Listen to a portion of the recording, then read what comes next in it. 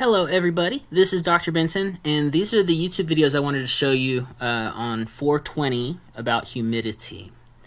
These videos explain humidity a little bit differently than I did, probably better than I did, and definitely with better animations because I can't really show you all animations that well. This first video is from an HVAC school. He's trying to teach air conditioner repairmen about humidity. And so the first half of the video is really good. He talks about the science. The second half of the video, he talks more about air conditioners, which is different than what we're learning about. So we're just going to watch the first half of this video.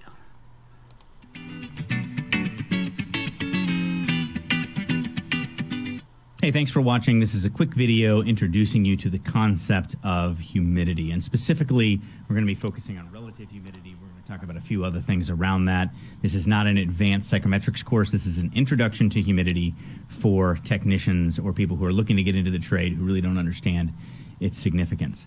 So first off, air has weight and takes up space. I know it seems like air is nothing. You know, this stuff around me, it's clear. You can't see it, but it does have weight and it does take up space. And it's actually pretty significant. It makes up, it's actually what makes up our atmosphere. And so at sea level, which we're pretty close to here in Central Florida where I am, at sea level, we have 14.7 pounds per square inch of pressure pushing down on us on all sides because of the atmosphere that's above us. And that atmosphere, the air around us, is made up of a few different kind of key components. And the primary things that make up air are nitrogen, oxygen, carbon dioxide, argon, a bunch of other trace gases, and water vapor. And the amount of water vapor is actually pretty variable. It changes quite a bit, and it changes with a few different factors. And there's pretty deep science into this. Water is a really, really crazy thing. It's got a lot of really unique properties, and so I don't intend to give you an entire physics and chemistry course here, but it's something that I would encourage you to look into more. There's a lot of really interesting facts about water, but water does change its levels in the atmosphere, and it depends a lot on temperature. Just to be clear, when we say relative humidity, what are we saying? We're saying the humidity relative to the amount of humidity there could be. And that term of could be is the maximum. That's what we call saturation. So 100% relative humidity is also called saturation, is also called the dew point temperature.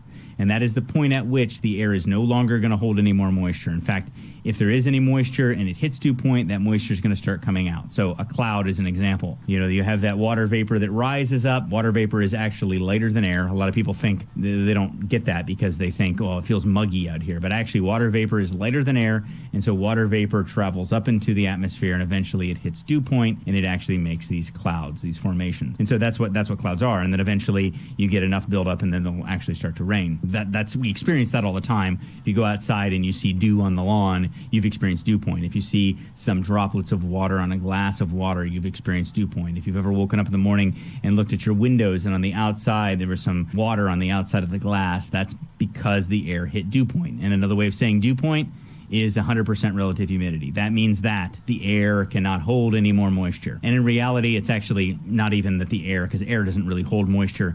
It's just moisture is a constituent part of the air. That's a little bit more advanced there. But the basic idea that you need to know, and the most important thing, is that relative humidities vary, but the amount of moisture that the air can hold is contingent on a few factors, but the biggest one being temperature. So the hotter that air is, the more total amount of moisture it can hold. So you have a cold day, the air can hold less moisture. So you could be at 100% relative humidity on a cold day or with a cold air mass and have less moisture in the air than you have on a hot day.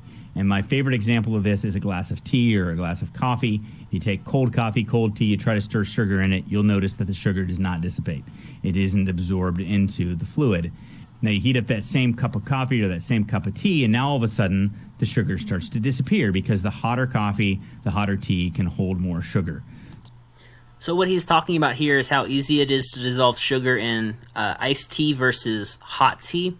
And that's honestly, that's really the same chemical principle that's behind the water vapor kind of dissolving in the atmosphere. The water vapor dissolves better in a warm atmosphere than a cold atmosphere.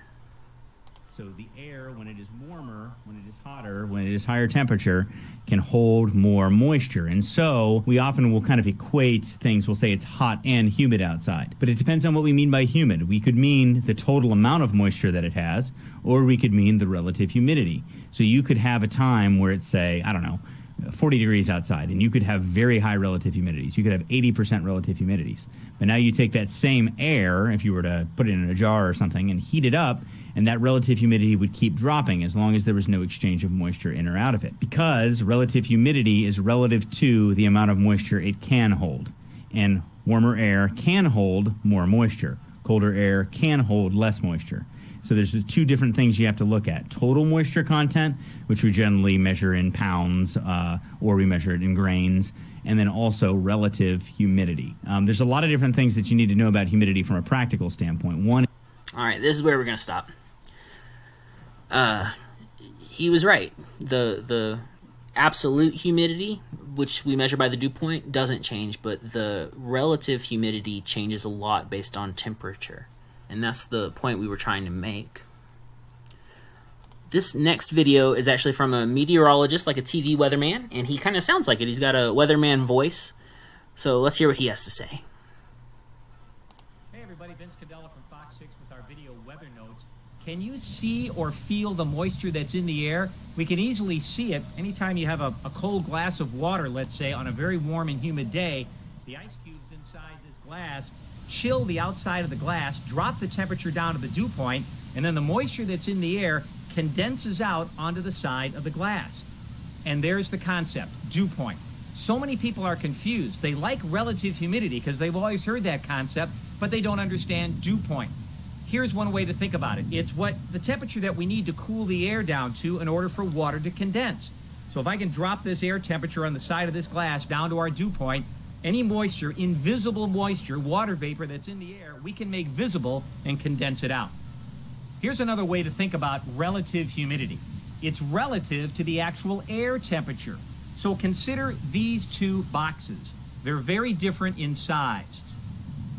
This would be representative of very warm air. It can hold a lot of moisture. It has the capacity to hold a lot of moisture. This is representative of cold air. It can't hold as much moisture as warm air can.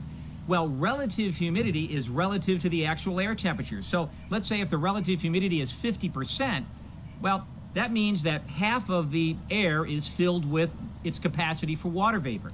Well, 50% of this is a lot more than 50% of this.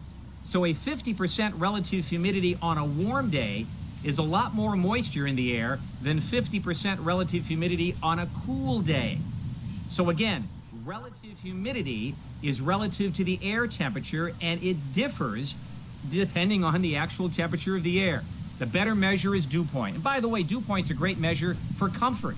Dew point's below 60 degrees, pretty comfortable for all of us. Dew point's above 70, getting very sticky and uncomfortable for most of us as well. So it's sort of a mindset, a change in definition. Dew point much more representative of the moisture that's in the air compared to relative humidity. I'll see you on Fox 6 News. Good. So he was showing us an example of how the temperature changes the amount of moisture the air can hold. It doesn't actually tell us how much water the air is holding. Dew point is a metric that tells us how much water the air is holding. So here's the third video. This guy talks with a little bit of an accent, so I've turned on the closed captions. He does a pretty good job explaining this, though. Hello Internet and welcome to Ever Wonder Bits. What is relative humidity? Humidity itself is just a value for the amount of water vapor the air is holding. And 100% humidity is not pure water, but 100% of the water vapor the air can hold at a given time. So what's the deal with the word relative then? You see, air can hold different amounts depending on its temperature. Atmospheric pressure does play a role, but since we are all experiencing more or less the same pressure, we can ignore it here. The rule is, hot air can hold more water than cold air. 1 cubic meter of air at 30 C can hold up to roughly 30 grams of water, while air at 10 C can only hold up to roughly 10 grams. I say roughly because the amount isn't linear corresponding to the temperature. The real curve should look like this, but 30 grams and 10 grams makes it easier to follow. So for the remaining video, I'll drop the roughly. Filling up the air with the maximum amount for the given temperature raises the relative humidity to 100%, and we have reached the dew point. Everything above 100 isn't able to stay inside the air and will condensate into water droplets, giving us things like morning dew, fog, rain, or annoying fog classes. But how can we reach such high levels of humidity?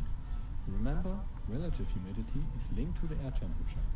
If we take, for example, air at 30 C with a relative humidity of 33% and cool it down to 10 C, the humidity will rise to 100%. Cooling it down even more would oversaturate the air, so water will condensate. Again, I'm simplifying here a bit. An example would be opening the door of your refrigerator. Warm, humid air will flow in and start to cool down. This lets the water condensate, growing the ice on the walls. If you come inside on a cold day, your glasses cool down the surrounding area, getting them fogged up. And the other way around, if you get something wet in the sun, the warm air will eagerly absorb any water, and if the wind is blowing the saturated air away, it will dry even faster. See you again. Have a good one. So the part I like the most is this part right here. He's saying that we cannot have more than 100% humidity. So if we continue to go decrease the temperature, the dew point doesn't change. If the humidity goes above 100% though, it has to turn back into a liquid. And that's how we get clouds and rain. And they condensate into water droplets, giving us things like morning dew, fog, rain, or annoying fog classes. But how... Very good. So there's one last video that I want you to show. This one does not have speech on top of it, but the animations are extremely good, and it has words for all the key points. And again, this one gets a little more advanced at the end, so we're just going to watch the first part of this video together.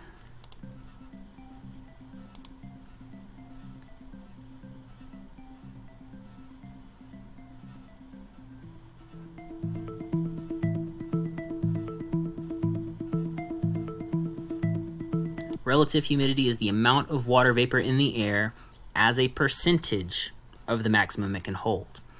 And it's at a given temperature because it can be at any temperature, and the maximum that it can hold varies depending on the temperature. So we're talking about a proportion, a ratio.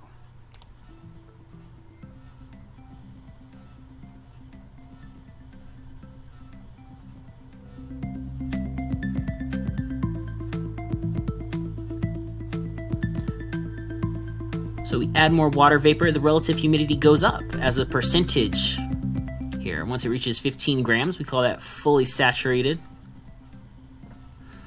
So what happens if we try to add more water vapor? It can't. It condenses back out and precipitates. But if we increase the temperature, like we're doing here, we have more capacity for water now. We've decreased the relative humidity to show that we can hold more water now.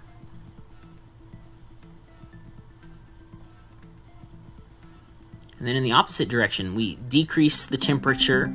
Once we hit that dew point, though,